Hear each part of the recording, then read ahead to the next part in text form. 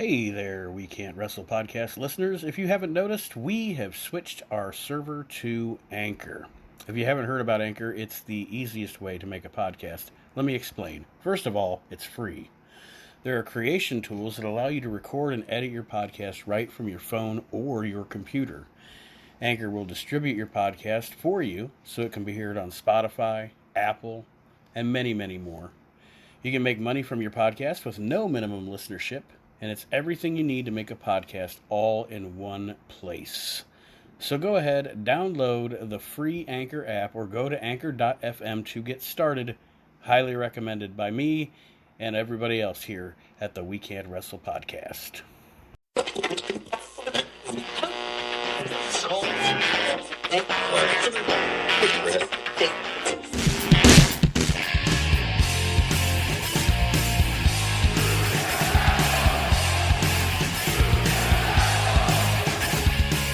You're listening to the We Can't Wrestle podcast.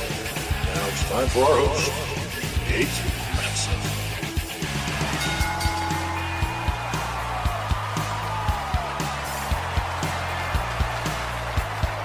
Hello, wrestling fans, and welcome to episode 87 of the We Can't Wrestle podcast. I'm your host, Nate Maxson, and we're going to bring Aaron in here in just a moment. We're going to discuss In Your House 2 on this show, and goofy-looking wrestlers, something Aaron came up with. Some wrestlers we think are goofy-looking here in the We Can't Wrestle podcast. I want to remind you really quick before we start to also check out, listen, subscribe to the Asylum Wrestling podcast, which I am producing. And don't forget to join the Asylum group on Facebook, especially if you're a collector. You are going to love it. That's, again, the Asylum Wrestling podcast and the Asylum group on Facebook. That being said, let's go ahead and start episode 87 of the We Can't Wrestle podcast.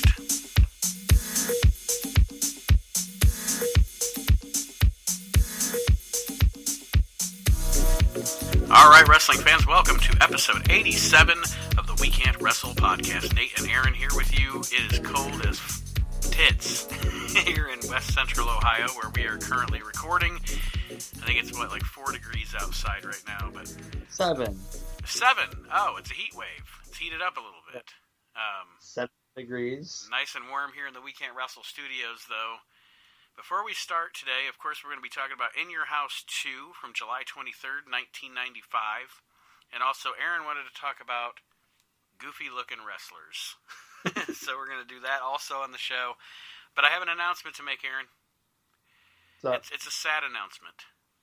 For those of you that listen to the show on a regular basis, you know that for pretty much 2 to 2.5 years now, in memory of the Toots Tweets and Toots Mont, the legendary promoter, we've had Toot Toot Tootsie by Al Jolson as our outro theme here on the show, and as of last week, it is bye-bye, Toot Toot Tootsie bye-bye. Can't use that song anymore because I'm getting serious about the YouTube page now. Posting the shows on YouTube. We're going to start doing more things on the YouTube page. And somehow, some way, no matter how old that song is, I always thought it would be public domain right now. Somebody owns a copyright on that song. So it's causing an issue with posting the shows on YouTube. It pretty much, any of the old shows that I'm posting up, I have to cut off the end of the show where that song is. So to have to not have to do that going forward, I'm sorry. But Tootsie is goodbye. Yes. So, like old MacDonald had a farm. And then he bought the farm. Yeah, so sad to say, Al Jolson will no longer be joining us here on the We Can't Wrestle podcast. Fuck, I think we kept him alive long enough, don't you? Jesus. So, just wanted to make that announcement. It's a joke that got made when nobody was listening to this thing, like 3 people. It's alright. Yeah, that's fun. But yeah, Tootsie, bye-bye. Alright, so I got my note there, retiring Tootsie, at the top of my notes. And now, unless you have anything to talk about before we start with our topic of In Your House number 2, No, just, like you said, it was humble beginnings, and we're still pretty humble on here. We got, I don't know, like 200 people on the Facebook page. Yep, and climbing. Oh, And hopefully those people are actually listening. So we know with live stuff that you do, we do have people that do listen. So I'm going to do something I don't do very much and say I appreciate it. We appreciate you. As George W. Bush would say, I appreciate you. Appreciate you. So we're going to July 23rd, 1995. It is the Nashville Municipal Auditorium in Nashville, Tennessee. An attendance of 6,482 for the second In Your House pay-per-view. See, I miss things like that. The Nashville Municipal Auditorium. Yeah, now everything's like the Kotex Center. Now I'd be like, now we're coming to you from the Nashville... Piggly Wiggly Center. the Nashville Hotheads Arena.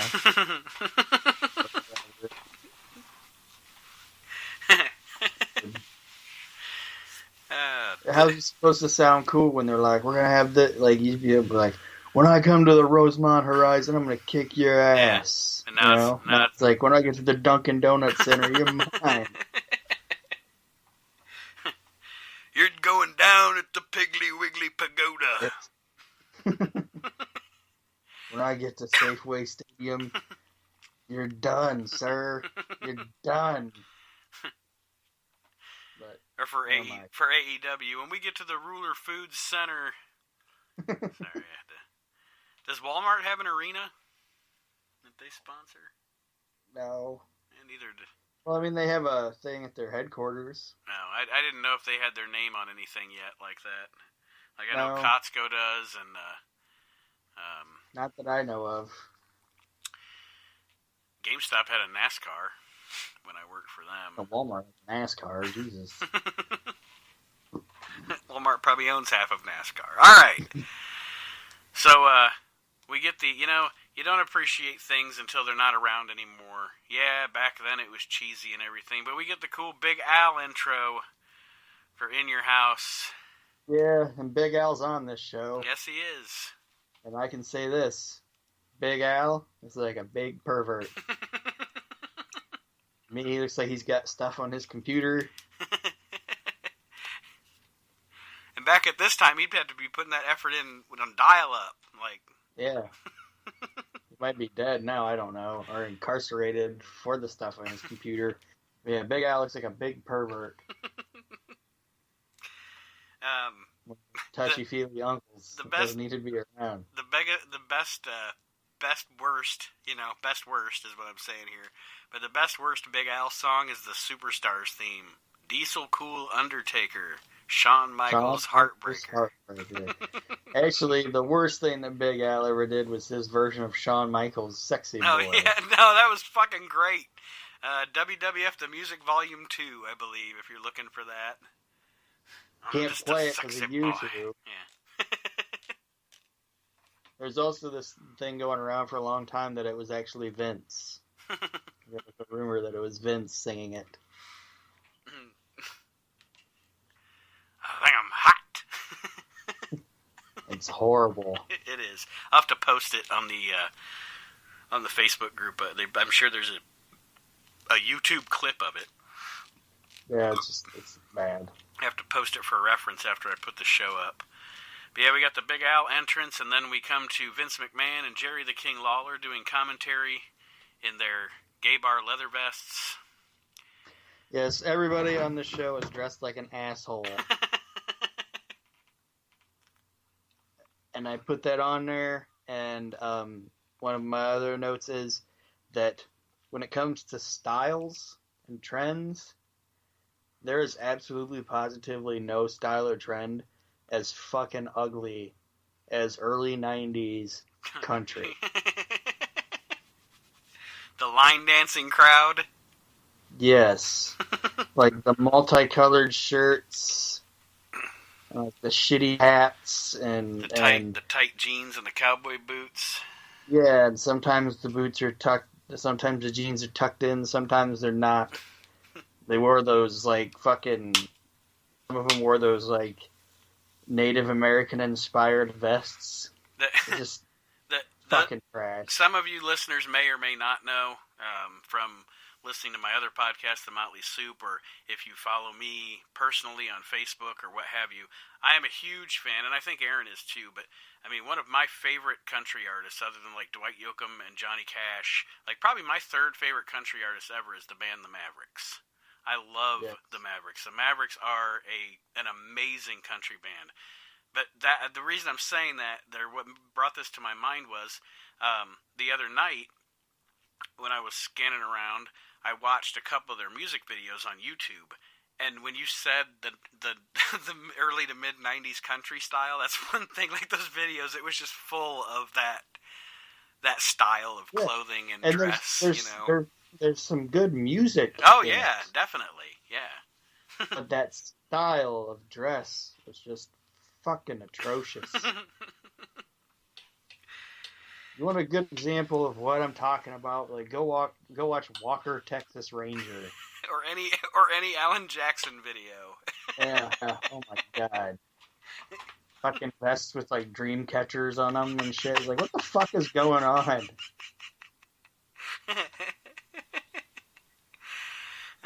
So Didn't know that was going to be the thing that popped you, but it's fantastic. So we start the pay-per-view off. Our opening match after the horrendous clothing of Lawler and McMahon is a decent match. It's the 1-2-3 Kid against the Roadie. Oh yeah. Which, back then when I was a teenager, I didn't realize these guys probably smoked a big fatty after the match together. But Jesse James, the Road Dogg, and X-Pac, the 1-2-3 Kid, having a match here in Roadie's infancy in the WWF, and Kid had only been around for a couple of years. Good match, though. Yeah, I put that on there, that this was a good match. Didn't mean to interrupt you, sir. No, that's okay. I was just going to say good match with a finish that was kind of scary, actually. Yeah, and I put that on there. There was a sloppy second rope pile driver, and I don't remember anybody ever, like, doing it again. Mm-hmm. At least not in this era. I don't even know why they thought it was a good idea. Yeah, it's obviously nobody got hurt, right. But it looked clunky. It didn't look. It. I know people say it now, but it's like a move that's like too set up. You know what I mean? Right. And they didn't execute it well. Like Kid had to have at least been a little hurt. I mean, obviously not bad, but the way he landed on his neck. And it's just, they clump. I don't even know how to describe the sound and the feeling that you get when you watch it, but it's also easy to sleep on how good, he was always good, but how fantastic Sean Waltman was at this time. Mm-hmm. Like when he got later on, he still did stuff, but it wasn't as much like this. It's almost like, how do I say it? Like he's not as fast and shit as Rey Mysterio, but it's almost like how Rey Mysterio worked his career, you know? Yeah.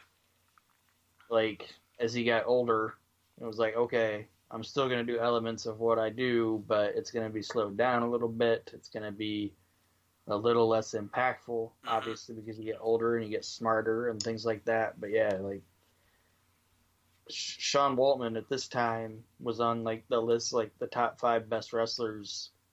I think not even only in the WWF, but maybe in the country at this time. Well, honestly, dark horse candidate for one of the best workers of all time. Which we need to do that as a top 10 soon. We've never done that. We've done like our favorite wrestlers and everything, but just in-ring work, smoothness, just best workers of all time. That'd be a great top 10. Do that next week. All right. So, anything else on that match? Nope, it was a good, solid opener. I gave it 3.5 Jeff Farmer yeps. So, yeah, good stuff from these guys. Now we come to the $1 Million Corporation. Oh, yeah. Doing a backstage interview. The $1 Million Corporation. You know, I mean, you can say it's either one of the best or one of the worst factions of all time. I think it's fun because they don't fit. Like, none of them fit together. Like, it's just this mishmash of guys. You got Sid, IRS, Tatanka, the Godfather, and of course Ted DiBiase. Everybody gets to cut a promo. You got You got Jive talking Tatanka here. And Sid's promo is what it is. Well, it's kind of like Sid's promo was kind of like a letdown, and it's funny because like Tatanka like did Sid's promo for him before Sid got to talk. Yeah. It's like he said everything Sid should have said, but Tatanka said it. Like if I was Sid, I would have been like, "Dude, the fuck? What the fuck, Travis?" You just said everything I was supposed to say. And it's always fun to get a good long Sid promo because man, it's like a train wreck. Like, yeah, but it worked. He's psycho. Sid, I don't know. I know Sid gets a lot of hate. I was always a fan of Sid. Was Sid the best worker? No. Was Sid, going to give you a 5-star classic? No. He was entertaining. He was entertaining. He was a spectacle. He was a specimen. He was an attraction. I always liked Sid. Actually, he doesn't get enough credit for being like once he got in there and everything. He was a charismatic motherfucker too. Yes, I mean, we went to Aaron and I went to a house show in '96 in Toledo, a WWF house show, and I think probably other than The Undertaker, Sid got the biggest pop of the night. Sid was over. Sid was the guy that turned Madison Square Garden on Shawn Michaels, for Christ's sake. So to argue that he wasn't a success in the business is just silly. Yep. Again, you may not like his work in the ring, but whatever. And again, I love his promos because it's like what am I gonna get? What am I gonna get with this one? I'm a Sid fan. Can we start that over? Sorry, we're live, pal. Okay. So now, I think we had a Barry Dudinsky in here. Yeah, Little Ray Romano. Everybody loves Barry.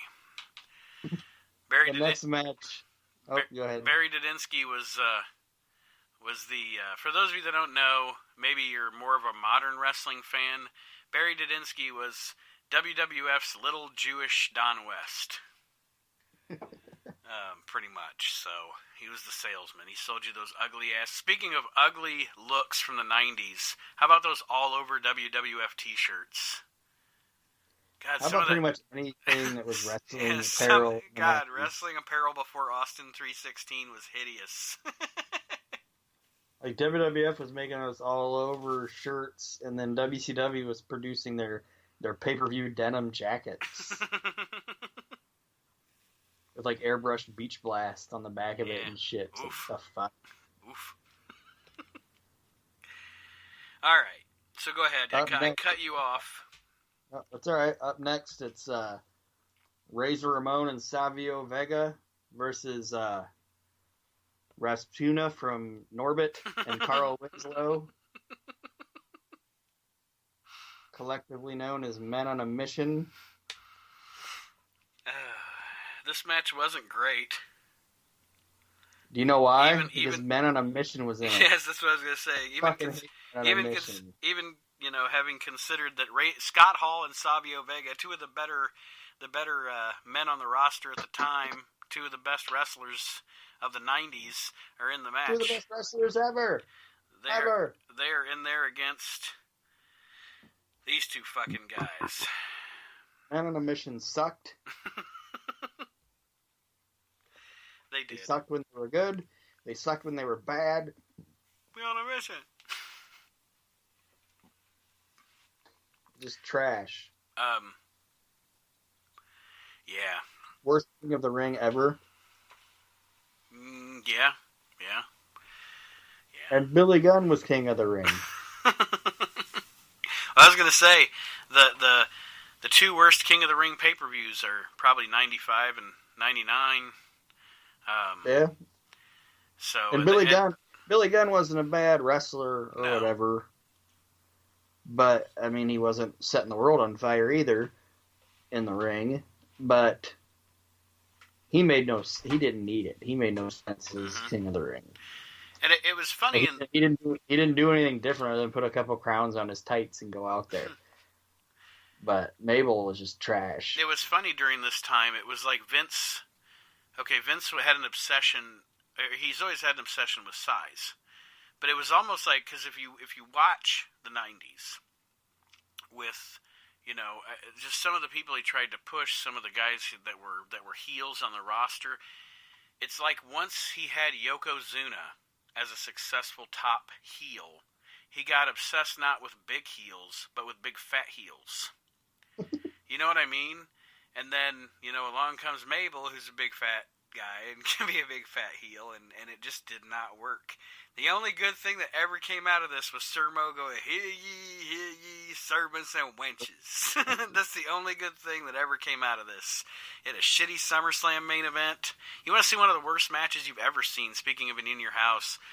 Watch Yokozuna and Mabel slap each other around at the October 95 In Your House. It's fucking horrible. It's horrible. But anyway, going on long here. Men on a Mission get the Duke over Razor and Savio. Which it's how many years later, and I was still like, fuck that. You're like Jim Ross. Oh, that's bullshit. Yeah. But they're trying to put Mabel over, so that's what you do. You have the heel go over a babyface. Maybe Savio should have taken the pin here. But there you go. Men on a Mission defeat Razor and Savio. I gave it a yep and a half. Just because Scott Hall was in the match and Savio Vega was in the match. Bad stuff. So let's see. After that match, it's Diesel's Lumberjacks. It's a motley crew. You got Man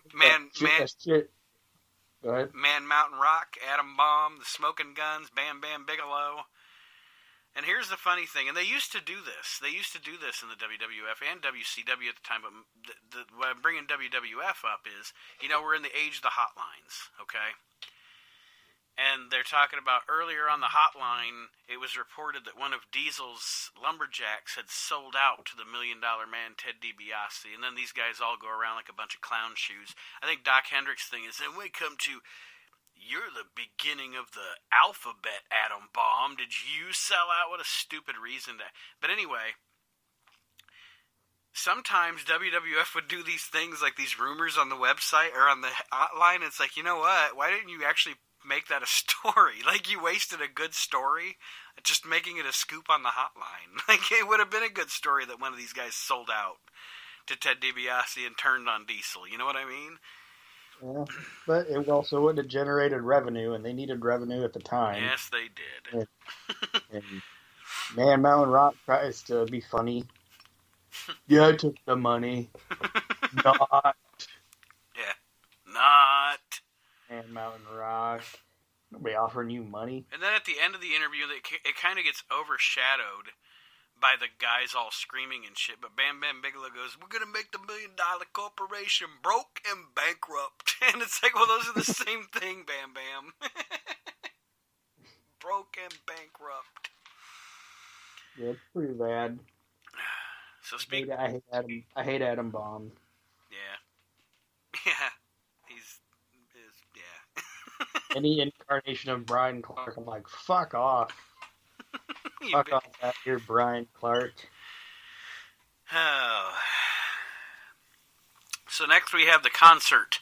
The music performance of With My Baby Tonight by Jeff Jarrett. Obviously, Road Dogg is singing, but the lip sync job...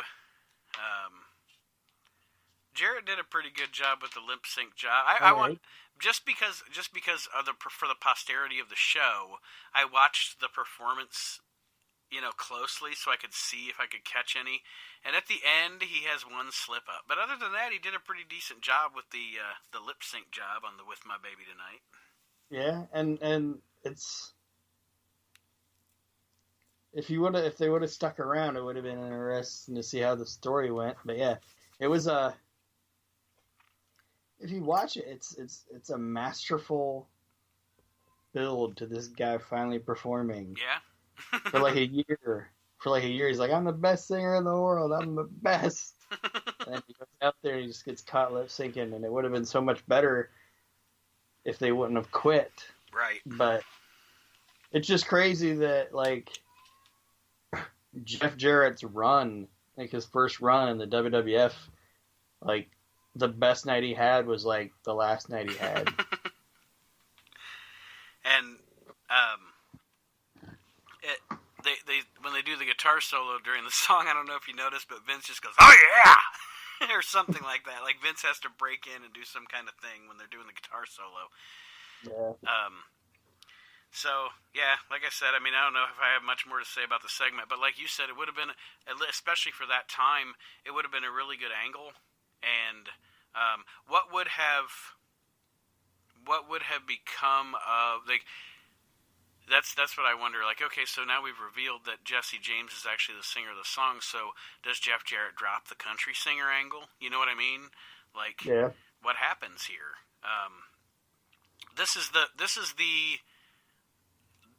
is my favorite time in Jeff Jarrett's career. There are times during TNA that I like Jeff Jarrett, like the King of the Mountain era of Jeff Jarrett. He was one of the better things about TNA. I know you're not a big Jeff Jarrett fan, but this is my favorite iteration of Jarrett, and then some of the TNA stuff, but this is definitely the most tolerable Jeff Jarrett to me. I'm not a fan of WCW Jeff Jarrett. I'm not even a huge fan of the late 90s Attitude Era Jeff Jarrett, except for probably the tag team with Owen. But I liked when he beat up Moolah and Mae Young. That was fun. No, I'm not saying he was terrible or didn't have moments, but you know what I'm saying. This is my favorite iteration and my favorite incarnation of Jeff Jarrett is the Double J. And I know some of the guys out there that are probably not as big WWF guys as me would say, "Oh, of course, that was when he was at his worst." Not really. I mean, anyway. All right, so now after that, let's see here. We got Todd Pettengill amongst the unwashed masses. That one kid at the end there is funny though. That chubby kid standing next to him, Pettengill's like, "Double J, what'd you think?" And that kid's like, "He's alright." He's alright. He's alright. He's alright. And then Todd's like, "He's alright." It's like indifferent. Yeah, he's alright. He's alright, yes. But up next now, we have Henry Godwinn and Bam Bam Bigelow, two of the better big man wrestlers of all time, Yeah, not this is not a good match. not having a good match. It just goes to show you, good workers sometimes just don't have chemistry together. But since it wasn't a great match, Bam Bam won it. We won't talk about the match too much unless you have any notes on ugly things or anything. My note goes, Bam Bam Bigelow defeated Henry Godwinn after Hogg missed something off of the top rope. Like, usually you can tell what they're going for, but I don't know what he was even doing. And I don't really remember Henry Godwinn going to the top rope very much. So, what I wrote down, because during this match, and one of the other matches on the show, I kind of zoned out. And I kind of zoned out during this match. But one thing I was thinking about was Bam Bam Bigelow's WWF run at this time in 95 is like the last 2 years of WCW. Like, it went from so high to so not in such a short...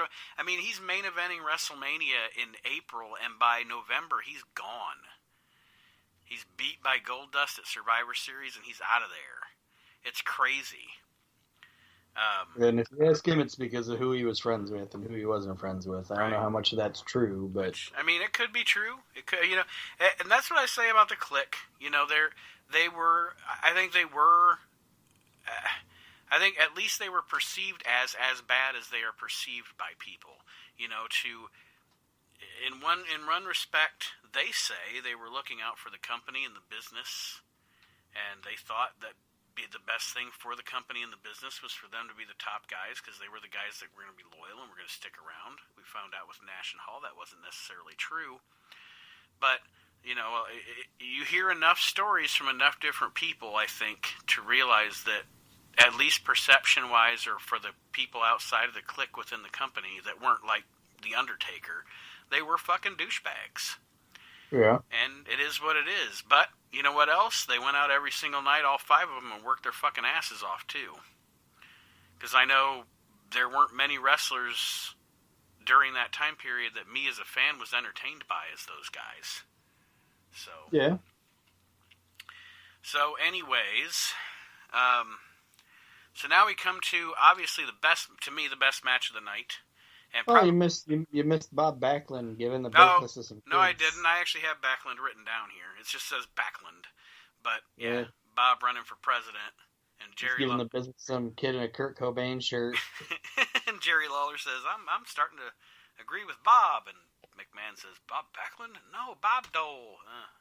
All right, Jerry, Vince, thank you. You wait, Bob Dole's peanut butter. That's great. One of the best. Norm Macdonald as Bob Dole in the real world. It's one of the best SNL skits ever. I forgot about that. That shit is funny. You know as what I fuck. mean? Norm Macdonald's my faves. You know what I mean? But yeah, Bob Dole on the real world is one of the greatest things fucking ever produced. Hey, Bob Dole's peanut butter. He's holding that pen the whole time. Yeah, when they're like 7 people living in a house together. 7 people when they start getting real.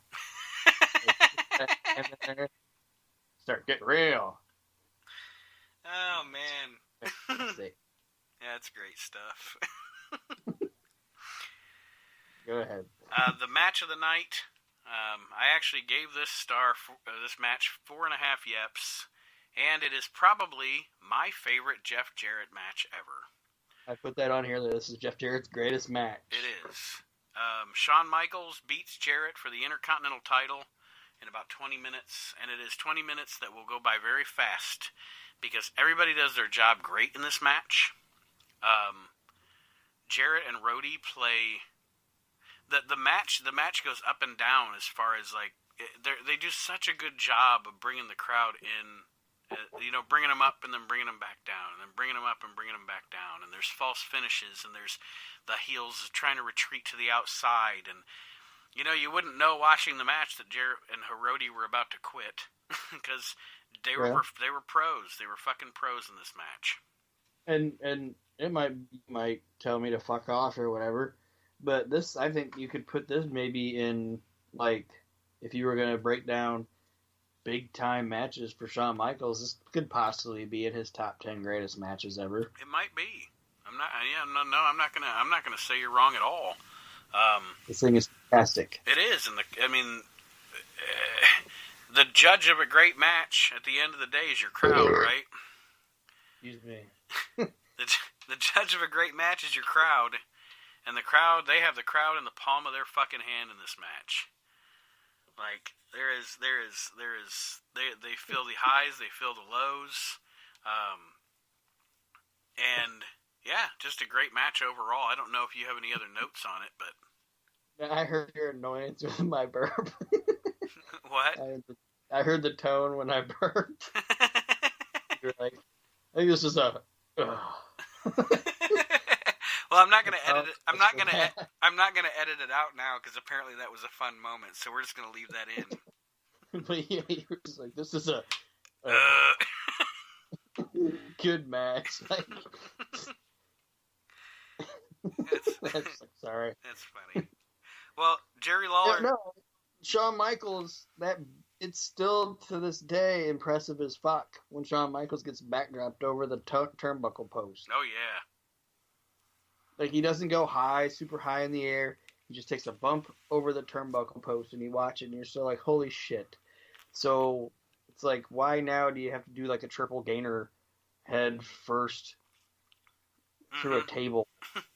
You don't need to. What Shawn did looks so much more real. Yeah, you don't need to do it. It's okay to do it sometimes, you know? Like, when Mick Foley goes head first through that one table, and then... like, literally goes head first through the table. Yeah. It's insane. It's insane. And at the time, you were like, holy shit, because it didn't happen every week. Mm-hmm. And then after this match, Shawn Michaels goes out and he kisses what's supposed to be like some hot chick, but she's got like a fucked up face. Now hold on, I have it written down here. Before the match, when Michaels is coming out, they show that woman, and Jerry Lawler goes, "What's her hobby? Stepping on rakes?" I didn't hear that. Yes, what's her hobby? Stepping on rakes? Like, she's obviously a plant, you know? Yeah. Why couldn't they have found a more attractive plant? A house plant. Yeah, with her face, she looked like E.T. in drag. Her eyes are all far apart and shit. But anyway. Alright, so, that being said, now... Oh, during the match, also, Vince has mic problems, and Lawler's just loving that. Because Vince's mic isn't working. Don't worry, Vince, I got it. So now we go back to one of Michael Hayes' craziest moments in the history of his career. There's something before that, though. We get little Ray Romano. Oh, yes. I didn't write that down, but yes, we do. We get another... he's selling Shawn Michaels stuff, and then HBK comes out, comes out, and... Where I work, it's HBC, but go ahead. Where I work, it's HBA. But anyway, Shawn Michaels comes back after his victory, and 3 times in the show, he mentions people not calling him on his birthday. Mm-hmm. Okay? But it doesn't bother him. Why have you brought it up 3 times? You know what I mean? Yeah. It's like when you're seeing somebody and you forget to, like, bring something home from the store. It's not a big deal. And then they're like, man, I really wish I had a Reese cup right now. It's like, you told me it wasn't a big deal. Really... I'll go get the fucking Reese cup right. It's not a big deal. You're already home. Don't worry about it. I will go get the Reese cup right now. I'm not worried about it. Fine. You enjoying the show? I'd enjoy it better if I had a Reese cup. So Shawn Michaels reminds me of with this fucking birthday. On my birthday. Birthday pity party. Huh? His birthday pity party. Yeah. Yeah, you're right. Michael Hayes is up next. Apparently, he got some of Johnny Paycheck's cocaine. One of the craziest moments of his career. Like, not only does he look goofy. He's on cocaine supplied by Johnny Paycheck. Yes. He's chronicling for us a fight that probably would have happened for real had Jarrett and Road Dogg not left WWF this night. So, but he's I'm not going to try to recreate it, but it's a wacky moment with Michael Hayes talking about Jarrett and the Road Dogg having their confrontation in the back. Road Dogg has officially gone on record.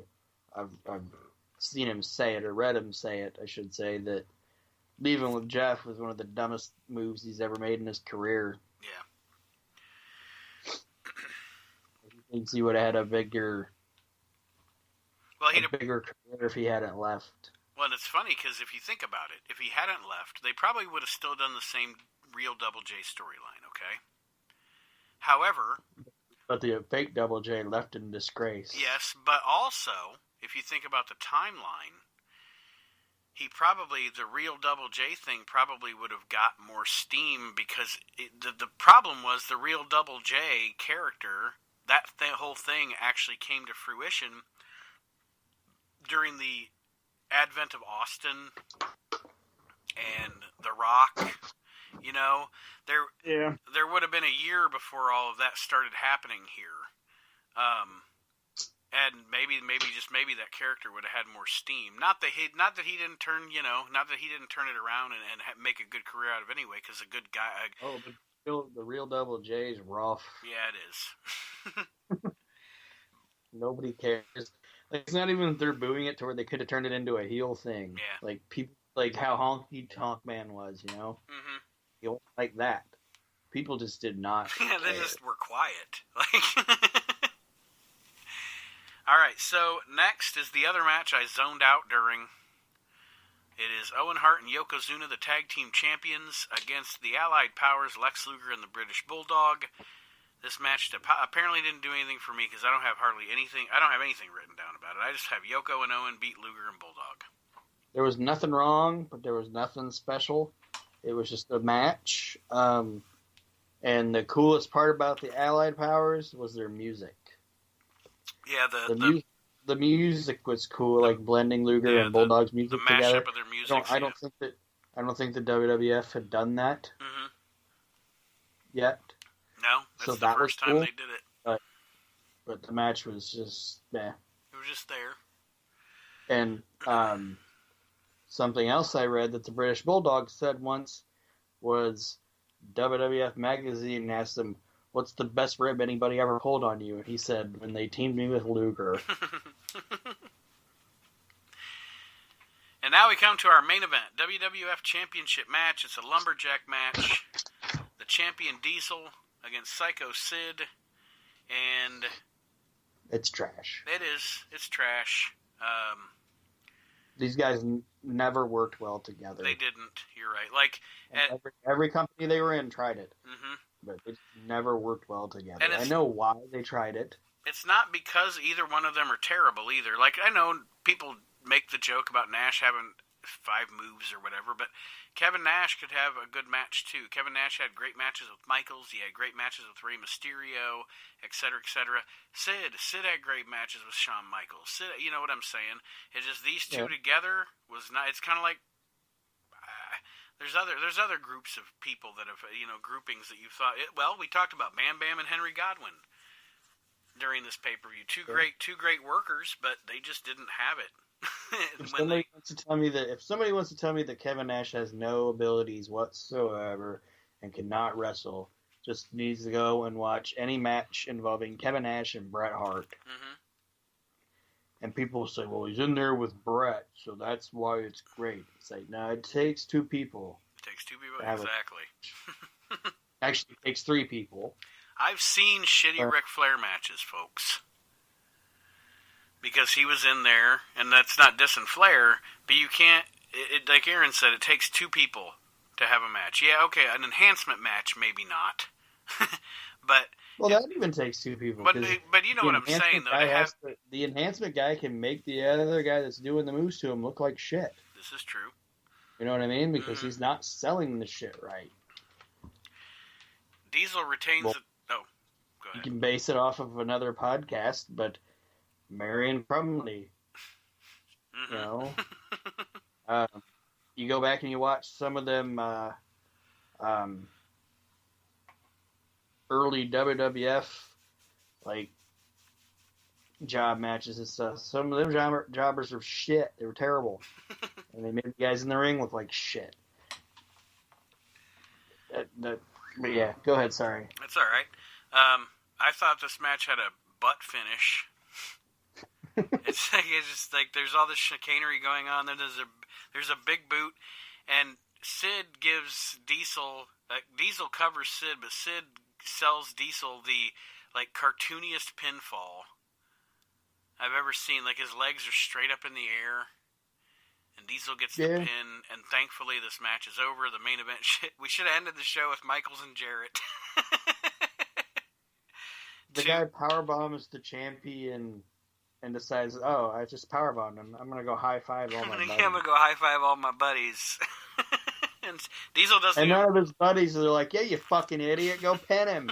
You know what I mean? That's what a real buddy would be like. "What the fuck are you doing over here?" The show overall, I give. This is trash. This is a horrible pay-per-view. Just based on the Roadie and 1-2-3 Kid and Shawn Michaels and Jeff Jarrett, I gave the show 3 yeps. I gave this show 2 yeps. And this show was so bad that, by the time I was done with it, I even forgot about, the Road Dogg and X-Pac having their match. This thing's bad. Other match. Those of you that don't know, the In Your House pay-per-views were only about an hour and a half to 2 hours long, so the WWF would have other matches on these shows. The opening match of this show was actually Skip of the Body Donnas against Aldo Montoya. He defeated Aldo Montoya in 4 minutes. I would have rather seen Skip versus Aldo Montoya than Henry Godwin versus Bam Bam Bigelow. How about this one for you? Also on the show, after Diesel and Sid had Bret their Hart match, Bret Lafitte? Hart defeated Jean-Pierre Lafitte, which they always tear it up. And The Undertaker defeated Kama in a casket match to end the show. Whatever. So that being said, that is In Your House 2. I gave it 3. Aaron gave it 2. But it was nice to watch Shawn Michaels and Jeff Jarrett, that's for sure. Yes. So when we come back from our break, firstly, the next topic here is we're going to do goofy-looking wrestlers. That probably won't take too much time, but with us, you never know. Sometimes I think something's going to take like 15 minutes, and 45 minutes later, we're still talking about one guy. But, and then also, Aaron had posted on our Facebook group. If you haven't joined it yet, what the fuck are you waiting for?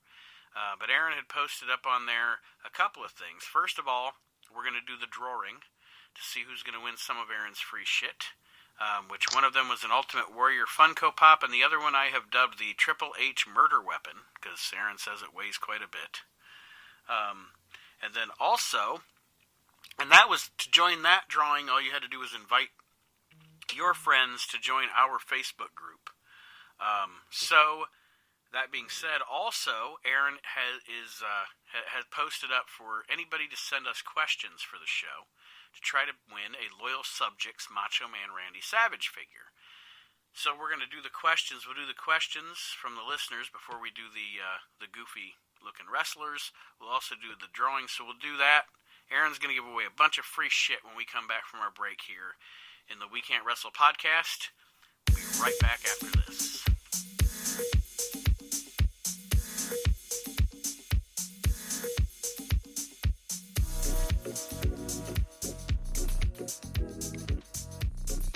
All right, wrestling fans, welcome back to the We Can't Wrestle podcast. Nate and Aaron here with you, and let's do our segment of the show where Aaron's going to be generous and give you all some of his free shit.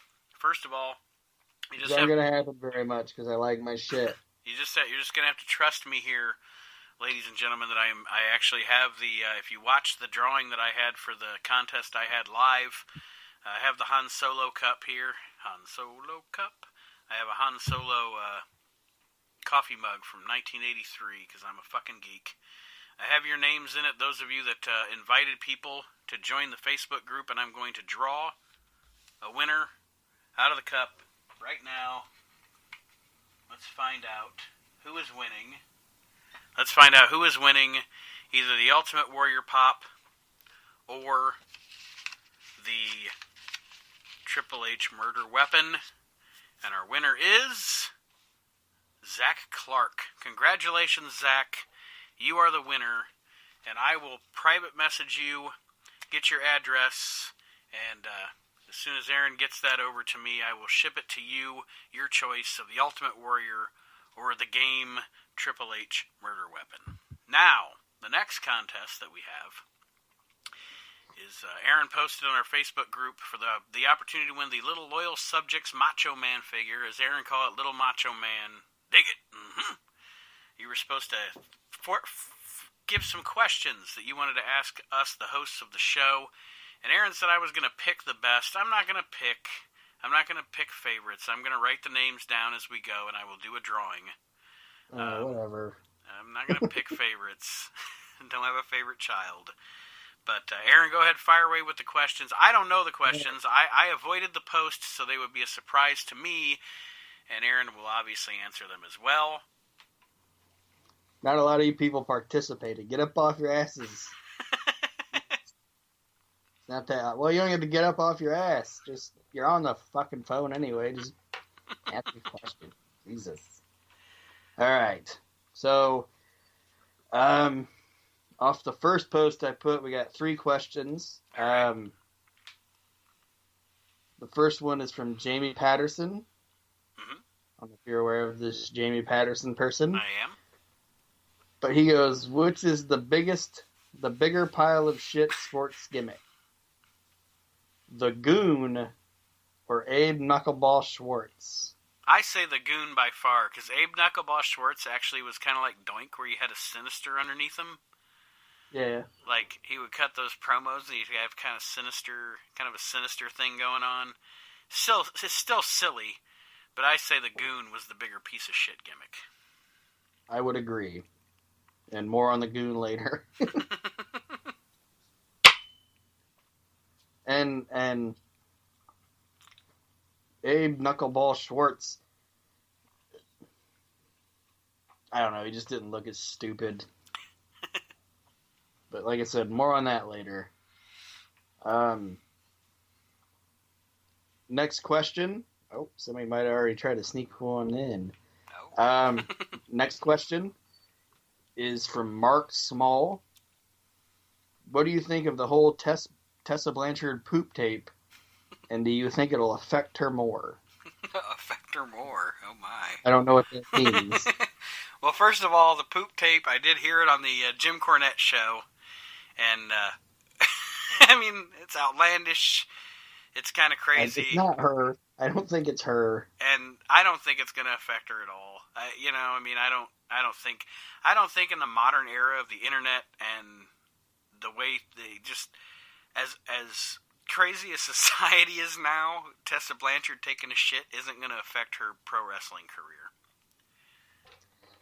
So we had Jamie Patterson, right? So like I said, I don't think it's her, for one.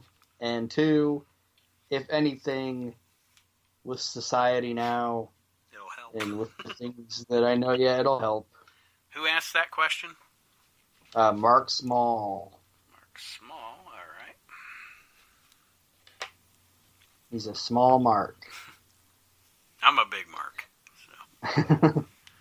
The next person is a guy that a name I recognize, Ryan Damon. Ryan Damon wants to know, and this would probably be the same answer for both of us because we go to events together. Where was the longest you ever traveled to attend a wrestling show, and was it worth the long distance?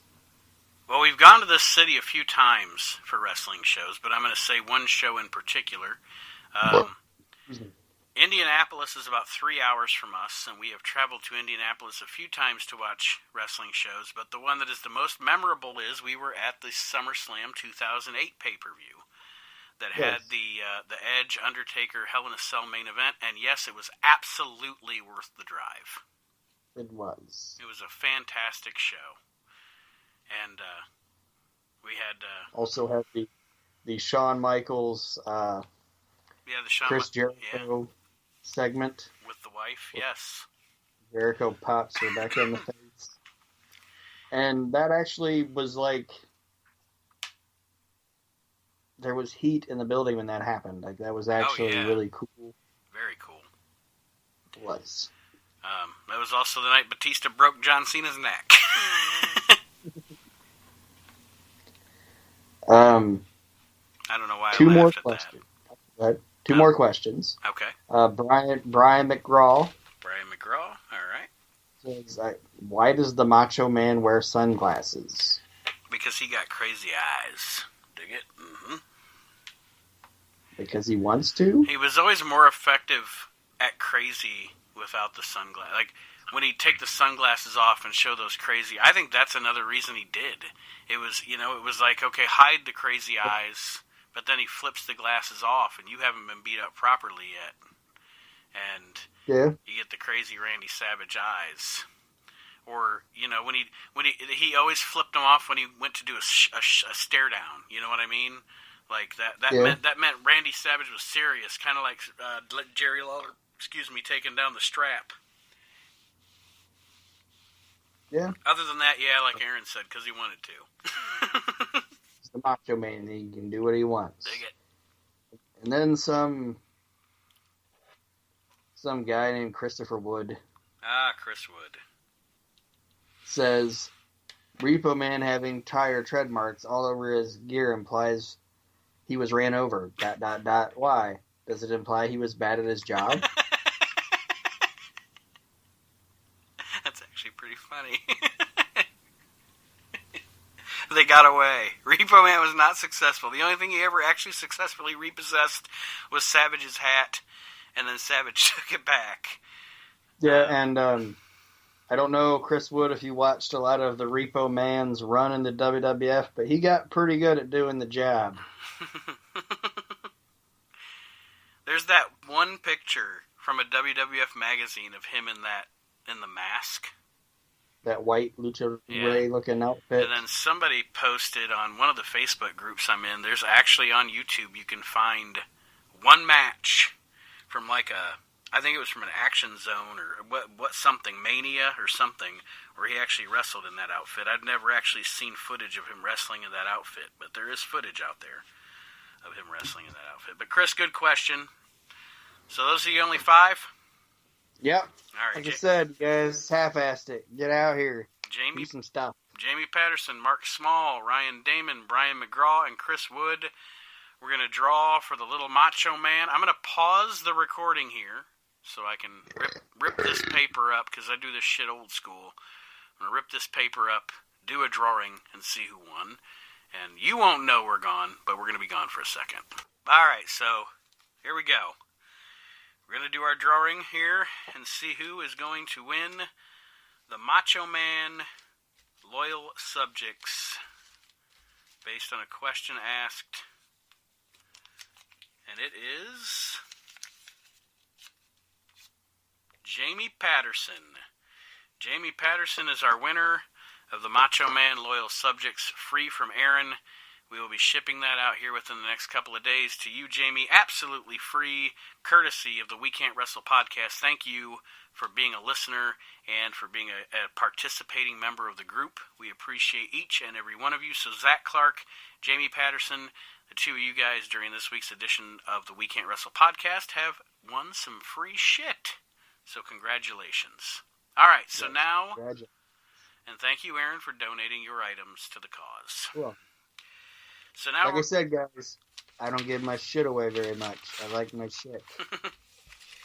So when you do see me put something up, just be like, oh man, he doesn't do this very much. I'm trying to be more interactive. You got to interact with me, or I'm going to go back to half-assing it. I'm going to go back to seclusion. Yeah, I'm getting paid for this. So now let's talk about goofy-looking wrestlers. This could or could not be a long segment, we'll find out. But it's going to be funny regardless. And Aaron, since you came up with the idea, I'm going to let you go first. All right, we're going to volley back and forth? Yes. All right. Let me go with, and obviously this isn't when he got going later on in the WWF. But this is when he first came in. It was goofy looking.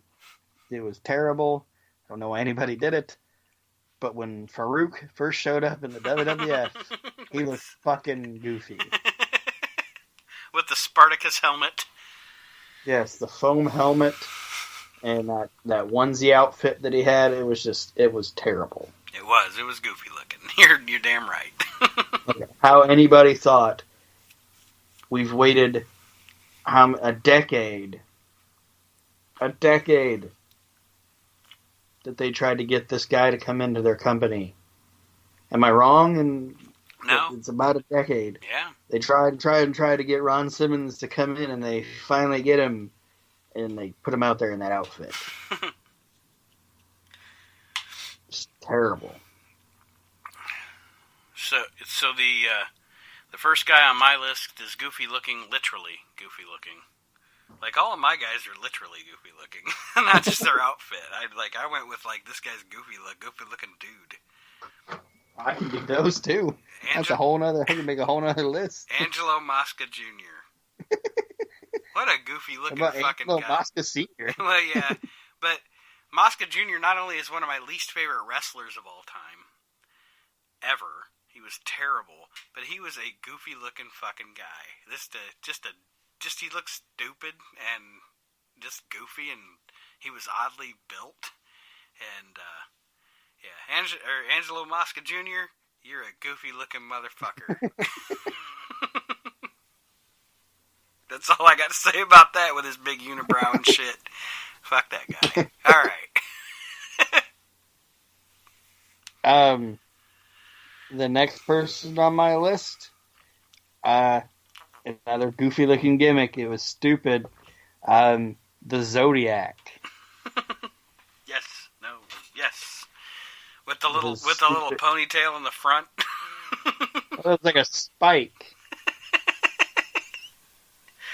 One of the fucking stupidest things ever is when they come pulling up in that monster truck on Nitro. Yeah, they're all hanging off of it. And he's like coming out the sunroof doing his whatever the fuck he's doing with his hands. Yeah. What a goofy fucking guy. Beefcake's kind of goofy looking anyway. Yeah. But that Zodiac gimmick is just one of the worst things that I've ever seen. So we're recording this on Valentine's Day. Have you seen the Valentine's meme?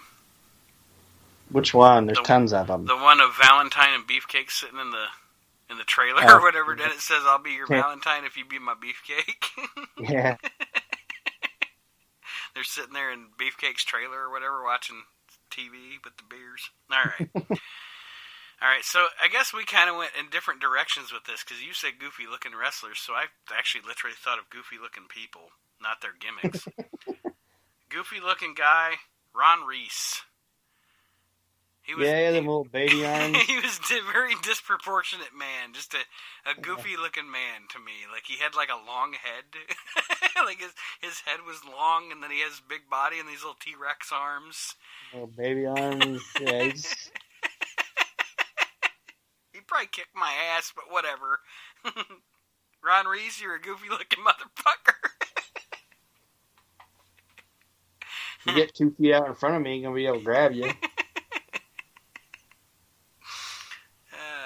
Yeah, it'll get me with his long head. Alright, volleying back to you.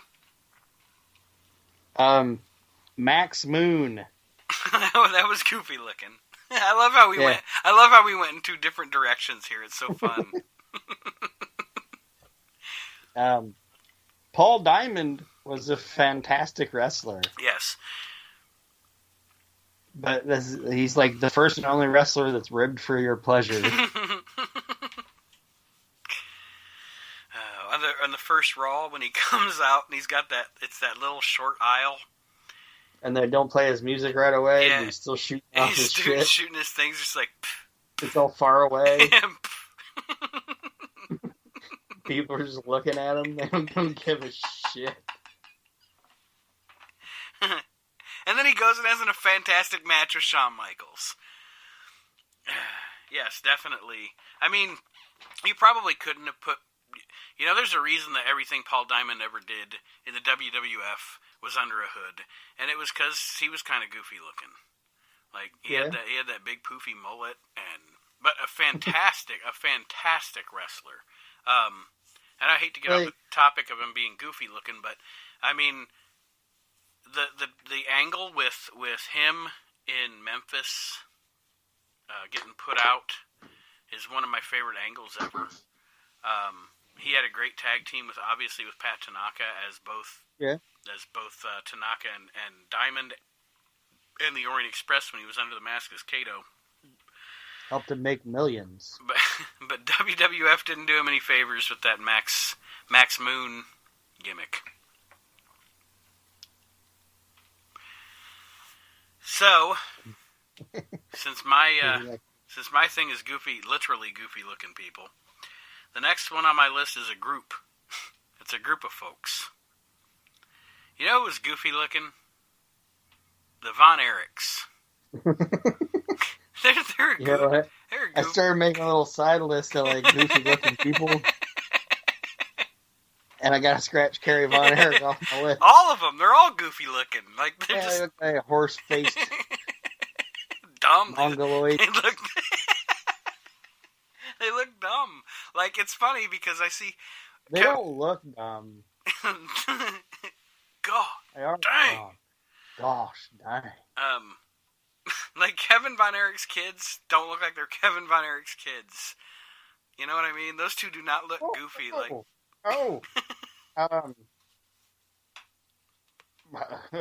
Lacey Von Erich? You don't look like she should be Kevin or Carrie Von Erich's kid. Like, Carrie Von Erich's wife must have been fucking hot. Because Lacey Von Erich, she didn't have a long career.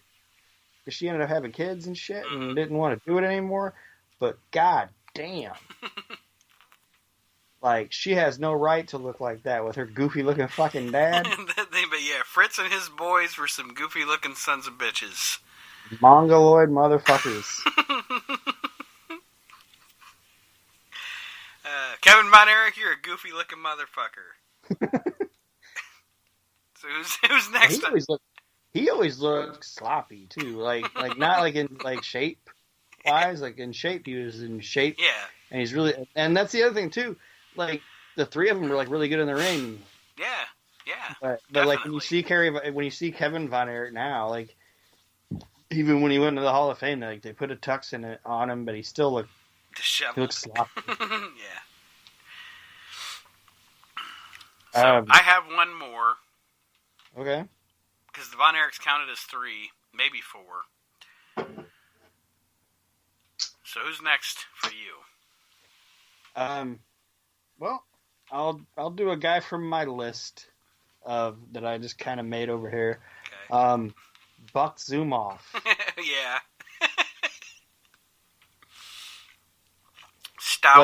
Stout with the mustache and the mullet. Yeah, he looks like what he became, like what it turned out he was. And he also looks nothing like his gimmick. And when I say that is, he doesn't match his gimmick at all. If you think of his gimmick, rock and roll Buck Zumhofe with the rock and roll, when you think of the rock and roller like an '80s wrestler, you think of, a handsome kids like the Rockers or I'm not going to say that Ricky and Robert were handsome, but apparently they were because the chicks went crazy. You know what I'm saying? Like that gimmick. That it gimmick. Wasn't a rock. It was they didn't call him a rocker, but like if somebody's going to be rock and roll something, like it would be like rock and roll Tommy Rogers. Yeah. I don't think it's unmasculine to say that was a good looking dude. You know what I mean? Right. Like if you can say somebody's goofy looking, you can say, hey, that's a handsome looking guy. You know what I mean? Yeah. Most people want to have It's like, no, you just said that dude's ugly, so you got to say that somebody's a good looking guy. Mm-hmm. Like a Tommy Rogers, good looking dude. Chicks are gonna dig him. Mm-hmm. They're gonna swoon. I don't think people were swooning for Buck Zumhofe. And if she did, she was 370 pounds, and her name was Ethel. Yeah. And she was wearing a muumuu. Buck Zumhofe, you're a goofy-looking fucking pedophile. All right. I think that's what the judge told him. You're going to jail, you goofy-looking fucking pedophile. Rock and roll. And he's a bitch too. He's a bitch. Like he did what he did, and then he tried to run away. Mm-hmm. You know that when they sentenced him, he tried to run away. Oh yeah, fuck that guy. I wish he would have been one of them guys when they said he tried to run away and he fell off the balcony. You ever seen that guy? You ever seen the video of that guy? Yes, I have seen that. Does whatever he does, and he tries to run, doesn't realize he's running off. He's on the second floor, and he falls off the balcony. I will not apologize for saying that I hope that Buck Zumhofe gets his goofy-looking pedophile ass plowed daily in prison. Fuck off, Zumhofe. You piece of shit. So the last guy on my list that I'm going to say is goofy-looking was not always goofy-looking. You were just saying handsome guy, the ladies like him. This guy had that going for him in the 80s and the early 90s. But now, I guess you think it is? Yes. Is it Billy Jack Haynes? No. Oh, Billy Jack Haynes is goofy looking. Yeah, he is goofy looking. He's got an old lady's wig and. Yeah. But no. He's got multiple ones.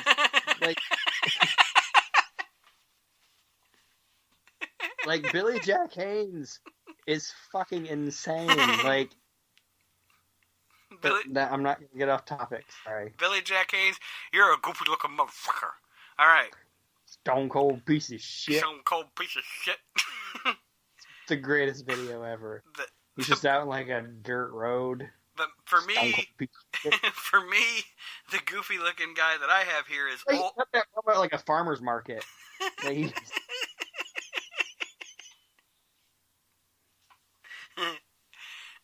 go ahead.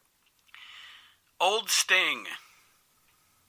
Old Sting. Yes. Sting. Like now Sting? Yes. Old Sting. Modern Sting. He's kind of goofy looking. Like, he's got that weird little goatee thing going on, and he slicks the hair back, but it's receding. And he's especially goofy looking when he's wrestled a match. And his hair doesn't stay slick back. It doesn't. It just gets kind of like briarwood or whatever, like brush. It's like brush. He just looks so rough and goofy looking. I hope nobody flicks a cigarette at him. It'd go up. But yeah, anyway, Old Sting is kind of goofy looking now. Okay, talk about old guys looking goofy, and I can tell it's because he's had a hurt. You know who looks goofy now? Who? Mark Marrow. Yeah, he does. Dude, he's had more plastic surgery than Sable. He looks weird. You look weird. He's like the Kenny Rogers of wrestling.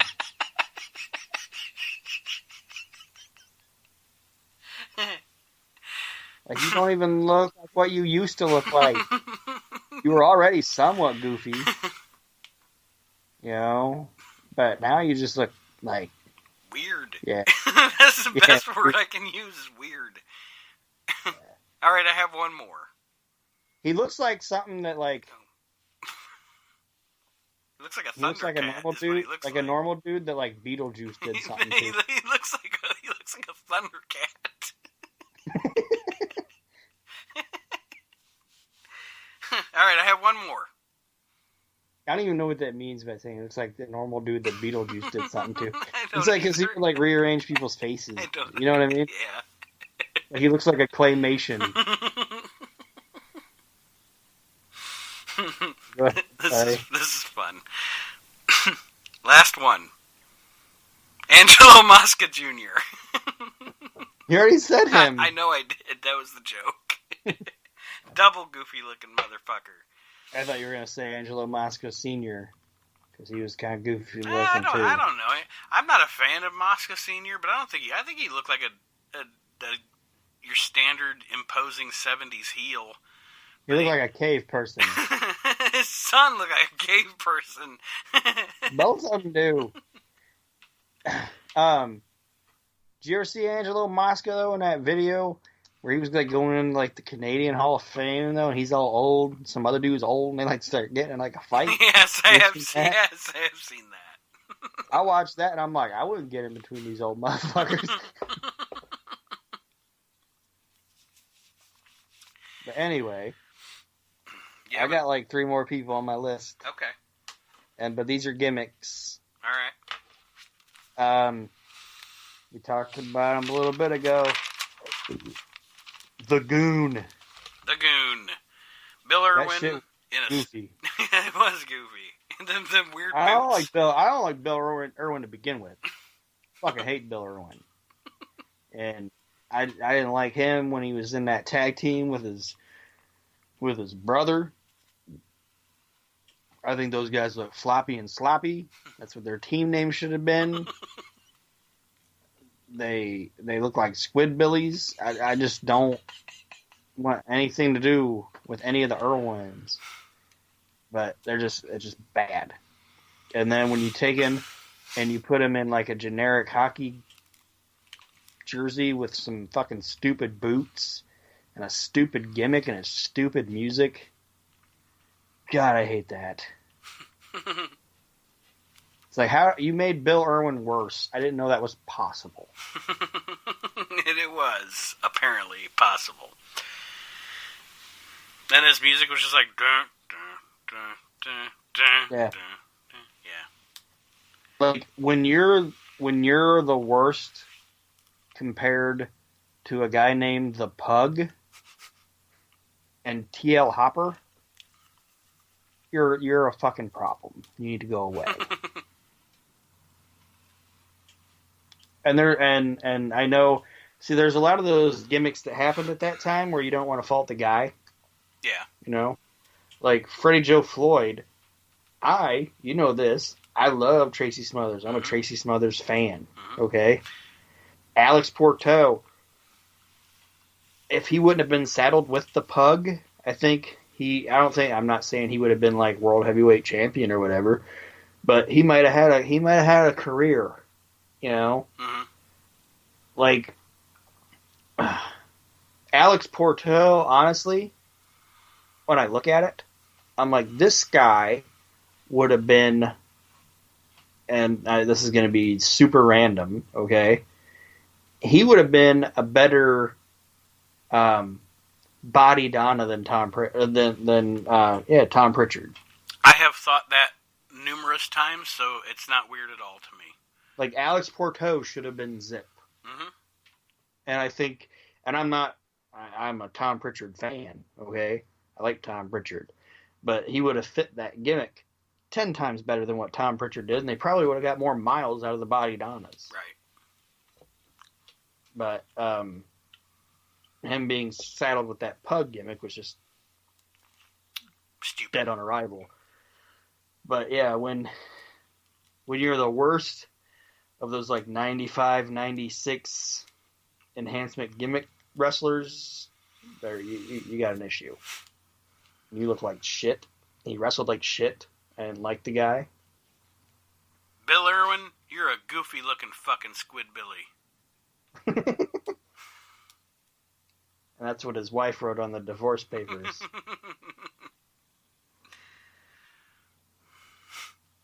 All right. The next guy on my list, it goes along the same lines of an Alex Porto, that he was a talented person, but was saddled with a horrible, horrible gimmick. And I didn't think Alex Porto looked dumb. I just thought it was a dumb name. But this guy looked fucking ridiculous. And it's Aldo Montoya. Jockstrap. What the fuck? He could have just been Aldo Montoya, the Portuguese man of war, without that and mask. And not had the stupid mask. Yeah, and it would have worked. It would have been fine. Like, the tights weren't bad. Mm-mm. You know? He could have just had his face out there. Or, I don't know, maybe just put him in a regular mask. You want him to have a mask on? But he looked fucking stupid. Yeah. It had, like, the pointy nose thing on it, and... yeah. What a fucking popcorn fart that thing was. But out of all these, I think it had the longest run. He did. Yeah. Yeah, because that gimmick went into, like, early 97. Like, he was still jobbing on he was still jobbing right before Raw became Raw is War on Raw. So, yeah, I mean, he got some miles out of it. But it was goofy as fuck. Yes, it was. Do you have any people that just pop into your mind as being goofy looking? No. If not, that's fine. And the last one on my list is the goofiest of goofy. It's Mantar. Mm-hmm. Mantar. That guy was not only goofy looking in the gimmick, but he was goofy looking in general. Kind of this little pudgy fucking... And the gimmick. I mean, yeah, go ahead. Yeah. Elaborate. He's wearing like a paper mache bullhead. And then can't get in the ring. And then he's running around like making like cow noises, and it was just bad. And the thing is, like, I don't know enough about the guy to know if he was good, because every gimmick that they gave him was something that wouldn't allow him to work. Yeah, I've seen him work. You know what I mean? I've seen him work because in Memphis, when they did the Truth Commission before it came up to the WWF, he was Tank in the Truth Commission, and he wasn't a great worker. He was what that guy would have been best suited for. Because I mean, maybe even not that. No, not even that. Never mind. I was going to say he would have been best suited to be a bodyguard like they did with Triple H, and then they did it with Goldust too. But the problem with him being the bodyguard is he wasn't a tall. He wasn't a tall fat guy. He was a short fat guy. So he was actually like shorter than the guy he was being the bodyguard for. Terribly ineffective. Never mind. I take back what I said. And they didn't make him Triple H's bodyguard. That was Mr. Hughes. But yes, they had him be the bodyguard for Goldust, who was like 6 inches taller than him, just so he could get beat up by the Warrior on one night. But yeah, and then they had his head shaved, like the horns, and it wasn't even like bull horns. It was like fucking matador horns or something. Yeah, it was stupid. It was really stupid. But if Mr. Hughes, you know what Mr. Hughes is? He's an anomaly. You know why? Because he's like the only guy that was better in like 93 through 95 ECW than he was when he was like in the WWF or WCW. Oh yeah, his best stuff is ECW. You got money? Yeah. That's his best stuff. When he was Shane. My favorite Mr. Hughes moment is, you know what it is though? What? He's feuding with the Undertaker, and the Undertaker brings out Undertaker's like minions or whatever. Bring out a black wreath. Oh yeah, and it takes him forever to read. And he looks at the card and he's like looking at it. And I'll go with about how long the silence was. So guys, don't think the show's over. I'm going with the silence. All right. Mr. Hughes picks up the card off of the wreath and it goes like this.